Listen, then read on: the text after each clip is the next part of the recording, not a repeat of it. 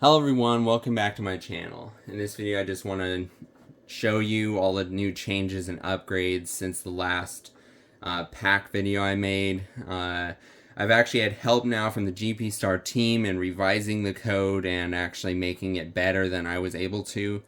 And so I'm going to go in depth sort of and show you all the new features and changes and also some of the upgrades I've done to the pack. Hopefully in the next week I'm hoping is I'm going to be releasing an official fork of the GP Star code that has all of the lighting that you're seeing here. So if anyone else is wanting to make a pack like this or potentially also come up with your own ideas, I'm going to be releasing that code so that others can try it out. It does obviously have custom wiring, and so we'll see how that goes forward. And also once other users potentially start adding these on to see if I'll change settings or change lighting effects, and we'll just see how it goes. I've redone the wand on the inside. The outside doesn't seem that much different from my other videos, and I've already shown in my other video that on this wand, since the PCBs for the pack and wand are really advanced from GP Star and they actually communicate correctly, I can do advanced lighting synchronization with the power cell and the Mason tubes, and I'm going to continue working on things. Another update I'm going to be doing soon is for the video game, this light and this one here blink intermittently, and they actually synchronize to the pixel there on the door and on this side. So these two actually alternate with the wand. So I'll be adding that into the code at some point soon, hopefully. And on the wand side, I've redone the wiring, and now all of the pixels that I've added only use one pin, and it has all the correct lighting pinouts as a regular GP Star wand. So originally when I did the wand, I kind of did my own custom pinout arrangements, and it was just kind of messy because I had rededicated this LED's pin, and now it's actually, if you have a regular wired wand and you want, I'm not sure, like if people do a 3D printed add-on for the Hasbro wand, then this might work to integrate, and we'll see about making changes to the code to make it more compatible. So that's a good upgrade. And then also I've upgraded the barrel now with more pixels. This is using the 49 pixel barrel from Frutto.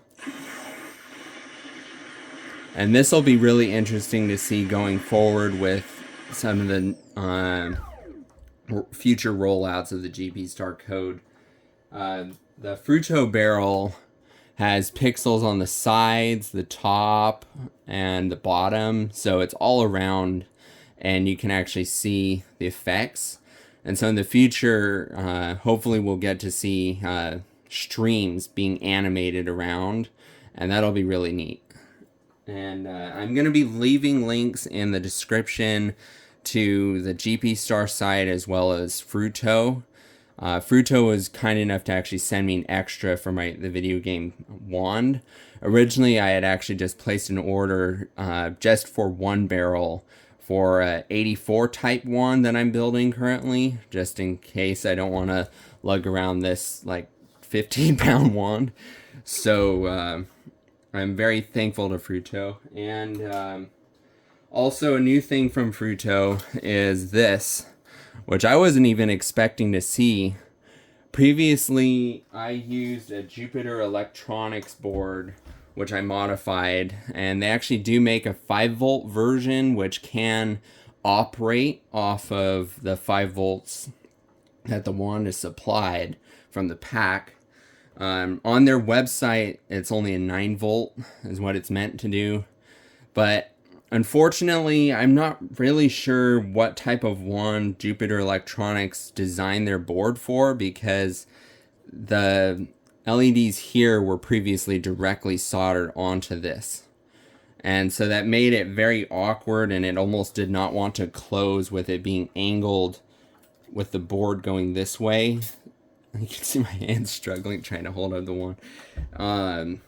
So I'm really happy Frutto did make a compatible upgrade with the GP Star wand, because now you don't need to do this hack job that I did. These are still good LEDs, and I like the effect they did, and they did actually have the accurate display, but it's a lot harder, I think, for most users if you're adding it onto a GP Star wand. So what Frutto did is they actually made a pixel type display here. So this actually perfectly lines up with the shape of the original octagon here. And so I designed a 3D print with my brother that actually kind of separates the LED pixels underneath, and then it has a thin lens over the top. So these, since they are neopixels, can actually change color. Currently I just have red programmed, since that's what the video game is based on, and it does do the correct effect, the correct spinning sequence. They're lined up, but maybe in the future, I mean, probably definitely, I'm going to be adding in color changing in case people want that, where if you change the firing mode, that it would change here just because. So we'll see. And also I'm planning for sure on doing effects for overheating and during wand firing to have it actually ramp, and then also have custom turn on and off animations. I just haven't got that far. Last night was the official first run of this code, so it's very early in its development. Basically, this board goes in sequence with your wand barrel LEDs. So Frutto made a nice plug-and-play solution that you plug the header from the GP Star board into this, and then this outputs to the barrel LEDs. And then hopefully soon this will be integrated into the main pack code, so if anyone wants to somehow add rotating lights to their custom wand, they can. Unfortunately, I don't think it'll ever work for a Hasbro wand unless someone comes up with a solution I have never thought of, but the spacing between the bar graph and the side just isn't enough. This 3D print is kind of altered from a regular wand where the bar graph is set in more, so there's actually space. So we'll see. Also, hopefully everyone has seen this new method of changing modes.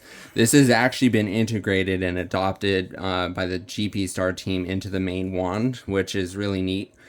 So now instead of having to press the mode button here to change fire states or the different firing modes, now it's actually rotating here on the top. So if you have this switch up and this switch down, and this is in mode superhero, then changing this changes the firing mode. And if you press the mode button now, it toggles directly into settings. So you can change music and things on the fly much easier. And you don't even have to leave your current firing state. So that's really neat. And then a really amazing upgrade that I was originally planning that I would have to put into the code. But luckily I've had help now from the GP Star team that now for the different firing modes for the video game, there's actually the correct different firing weapons, I guess. Because for stasis, for instance, which I'm in now, there's sort of a shotgun blast on the main trigger. And so it actually has the sounds and animation for that. Or the left or alternate fire actually does the stasis stream, which is correct for the game, which is really amazing because, again, I was planning on having to update this myself, so it's really neat to actually have this integrated into the code. And so obviously when you flip up the switches, it locks you out from changing fire modes, and instead this dial does the intensity, and then obviously this button now does a fire. And so same thing with Proton. You can actually do the regular stream, or you can do boson dart, or you can do stream, and then if you do this, it's cross the streams. So the sounds actually change for cross the streams. So it's really neat to actually have all these different functions for firing now. And so for slime, obviously slime blower is the main, the alt is the slime tether. And in the future there will be new animations, again with the updates for the Frutto barrel, that when you do the tether stream, that it'll glow or look like you fired one, and then when you fire it again it'll release it, which is like how the game is. Then Maison, you actually have the main blast or the sort of machine gun effect, which is again how the game was, where the main fire was the singular blast, and then these would hone in on your main blast that you shot out. So it's really neat to actually have all of that integrated into the code. Also, this is officially in the main GP Star branch for slime. So now you actually have twinkling slime lights, which is an idea I came up with a little bit ago, but this is much better than I was able to write it. So it actually twinkles, and it really looks neat because it actually has this nice glowing pattern. And obviously it doesn't have any other cyclotron lighting effects going on, it's just the twinkling. If you do overheat or alarm, it twinkles dimmer, and then it goes back. Also, another thing that was added recently for the video game is if you have the top switch down and you have quick vent enabled, a short press is the actual quick vent from the game. It's the actual sound. Or if you do a long press, it actually does the full sort of overheat vent. And another amazing update that I can't wait to see is overheat tracking, which is another idea I had sort of suggested, is that in the future we'll be able to actually have the video game bar graph animations so that it keeps track of your heat level.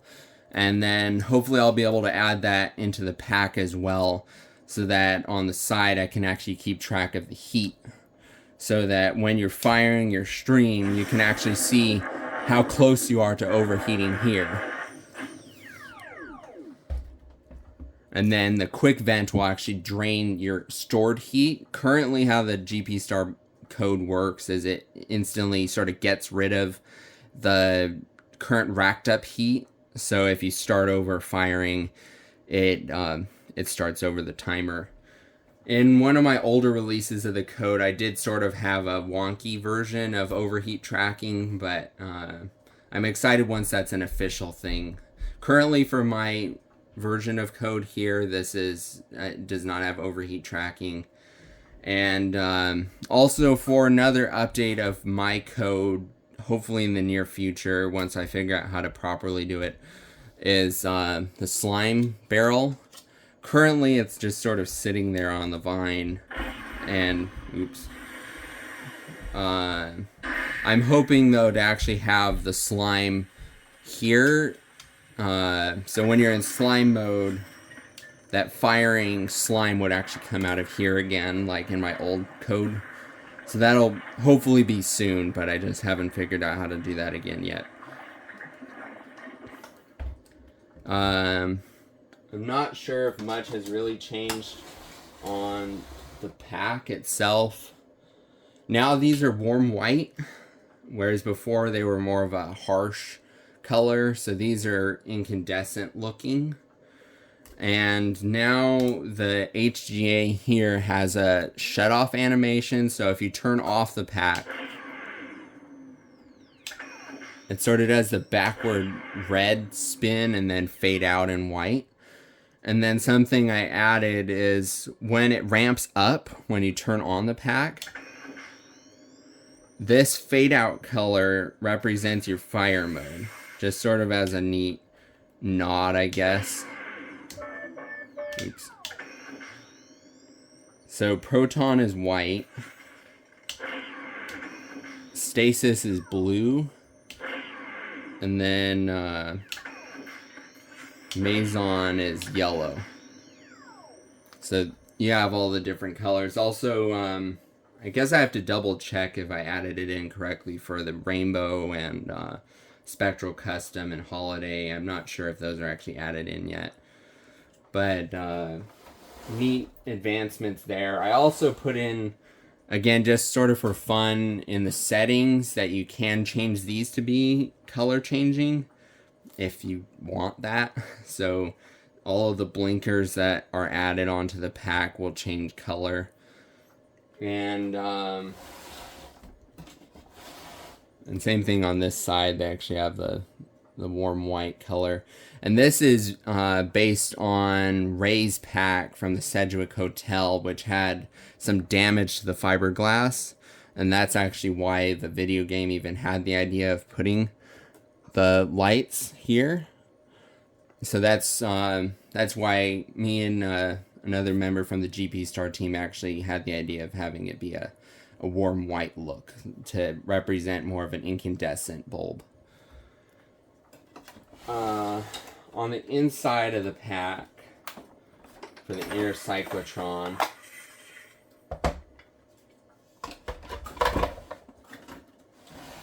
the lights here, which I have detailed in multiple videos, these are one of my very first sort of modifications and alterations from the original GP Star, is having pixel LEDs on the inside instead of old-fashioned LEDs that are either on or off. And in another update of the code, probably soon, I'm going to be making sure it's compatible with a new board Frutto has officially started. I lined it up with the camera. Frutto is starting to make. So this is an actual drop-in replacement board based on my idea here. And this will actually have an in and out for the inner cyclotron here. So data will be passed from the GP Star board down to this, and then it'll pass data through to here. So you won't even have to do any extra lighting wiring like I did. Mine sort of uses some separate wires and still is a bit janky, but that'll be added soon. Once I actually decide I want to take apart the pack again, it's just a huge ordeal to actually take the Alice frame off and then worry about damaging the Maison tubes and all the things. But that's an exciting development to actually have this board available for more people to actually have the pixel inner cyclotron lights. And I've been working on trying to make new revised effects for here that are more interesting. So now the bottom LED is indicating if these are turning on or off. So if these are turning on, it's green. If they're turning off, it's red. This one indicates the cyclotron spin direction, and I can go on the side of the pack and just toggle that. Cyclotron counterclockwise. Cyclotron clockwise. So that changes color. And then smoke enabled, it'll turn orange on that top pixel. So there it'll show if the smoke is enabled or disabled. So it's blue for cool, where that's just my thought process. And then this one is obviously vibration. I guess I'm not really sure what is the correct switch placement. Mine, I have vibration here. Vibration enabled. Vibration disabled. Or obviously year mode toggle is the other one then. I'm not really sure though what's the correct placement. I just sort of did this. So but then it has different firing animations from just the regular standby. So if you go into a firing mode, and obviously they change color for your different like stasis, slime is green, and Maison, so they change color. But if I go into Proton, for instance, and I start firing, these ones here will adopt the color of that side. So during firing, they'll act more like the original GP Star idea of having old-fashioned LEDs there. So during firing, oops, forget that that's now a shotgun blast.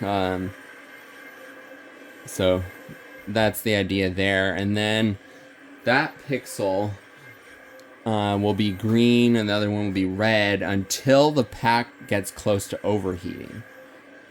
So if you have overheating enabled and the alarm sounds, then it actually turns and starts flashing with the alarm beeps. And then it has the alarm effect. So this blinking. It's the same thing if you pull the ribbon cable. So I think that's definitely a good advancement. I'll show you in afterlife mode, just so you can see sort of the faster ramping. I also changed the alarm so that during afterlife it'll be faster. Again, forgot. This was already in the GP Star code to have the ramping and stuff be faster for afterlife. But then the alarm flash that you'll see soon, hopefully.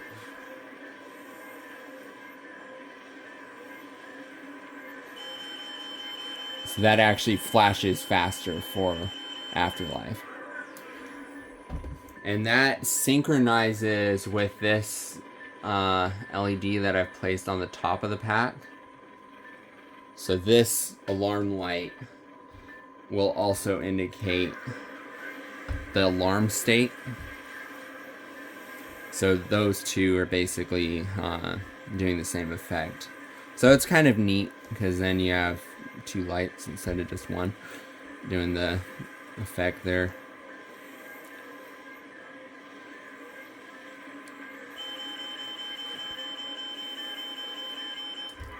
And so we'll see. Currently, it seems like for the actual EEPROM, there will be configurations in the future for how long you want it to take to overheat. And you can do that already in the Arduino IDE side if you actually load it in by hand and compile it and everything. Then you can actually tell it how long the different overheats take. So this is what is current for the GP Star code. This is what's sort of the timing is. So we'll see in the future if that changes. And I'm thinking for the video game, if you have it on level 5, which is the highest power level, that I'm gonna actually sit in time how long it took the pack in the game to overheat during just a full stream. And I'll see about adding that for specific settings so it's like spot on just to have that. I think everybody's already seen the side stasis lights. I also just want to show you though for Ghostbusters 2 there's a new feature, sort of an Easter egg. So if you go into the wand and go down to the bottom, Frozen 1989. Level 1. So now we're in 1989, and so if you go into slime, it's actually pink. Oops, sorry. There we go. So it's actually a pink mood slime instead of the regular green. And so again, the pixels here reflect that color on the switch plate there. And then if I put back on the outer cyclotron lid,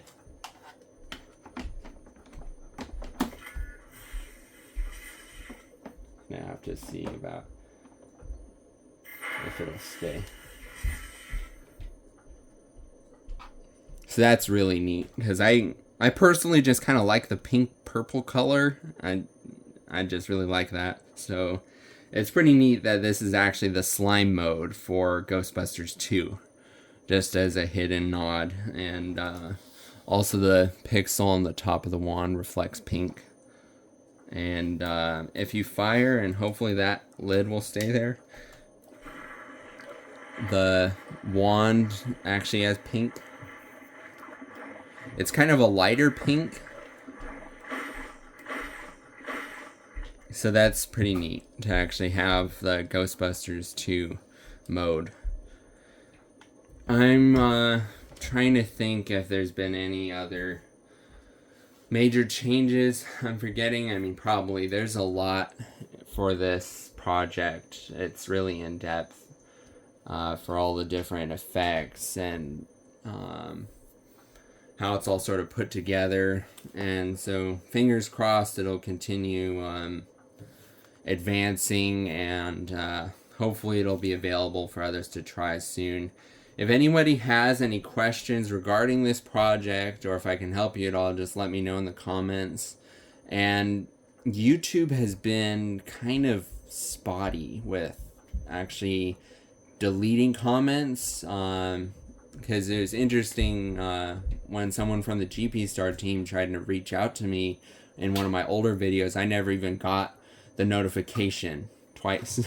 So it's I do have an email, a business email, or text on my about page on YouTube in case YouTube deletes your comment, because I do like to respond to my fans or anybody who needs help. So if I'm for some reason just not responding for a few days, it's probably because YouTube for some reason blocked your comment. So yeah, I'm gonna go ahead and turn off the lights so you can see some of the effects better in the dark. I'm gonna go ahead and close the power cell door. Oops.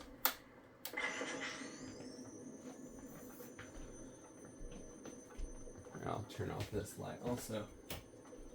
So now we just have the pack's lights only. You can really see the warm white change, I think, now on camera, because it really does give off the effect of an incandescent bulb versus just a harsh white LED. And same thing with the side health lights. It's heavy. So it's pretty neat. And if I power on the wand again, oops, install the lighting. And the stasis mode is obviously really bright since it has all of the lights here and on the top of the pack and on the side.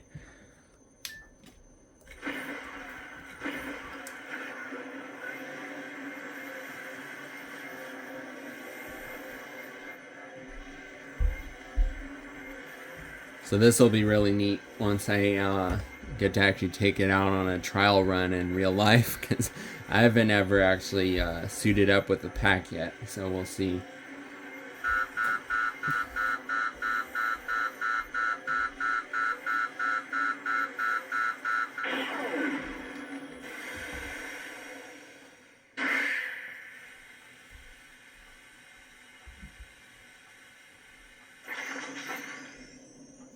And the HGA does the animation for after you've vented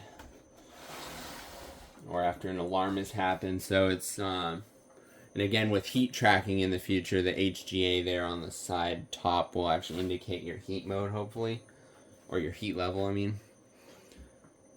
also show you the side here. The power cell door looks really neat because it has the blinkers and everything. It's really a neat light show to look at. You can also go ahead and show the pack with smoke. I haven't run this in a bit, so I'm not sure if I've run out of smoke fluid yet or not. Now my lid here isn't wanting to cooperate. There we go.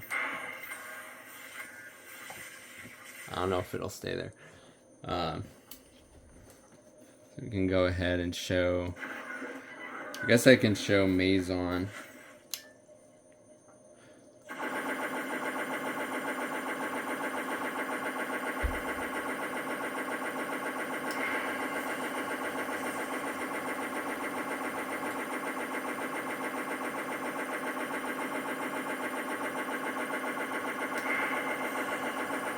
You can sort of see the smoke ambience there.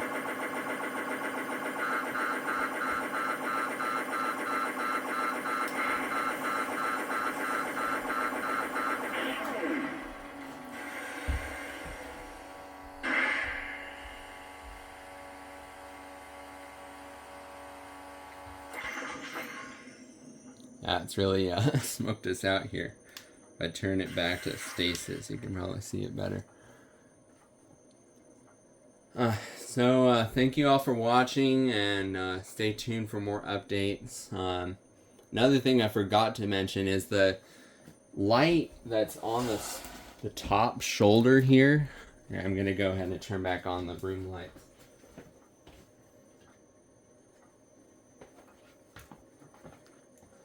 This light that's sort of mounted here. All of the slime tank and stuff I've added on with magnets so I can remove it for storage and hopefully easier transport. But this light I did also put pixels in, and I haven't made any code really for it yet, but I'm thinking to actually have either a light sensor somewhere to actually tell the pack how dark it is, or to just have it be on the wand where just quick toggling into settings, and then I forget. So you can actually already toggle brightness here, so I'm thinking of adding another level for toggling that light on or off, because then that'll be another sort of lens light or whatever to have if you're in a darker setting and you actually want a spotlight. So we'll see how that continues to go. Anyway, I think that pretty much wraps it up. So yeah, if anybody has questions, just let me know. Thank you all for watching, and stay tuned.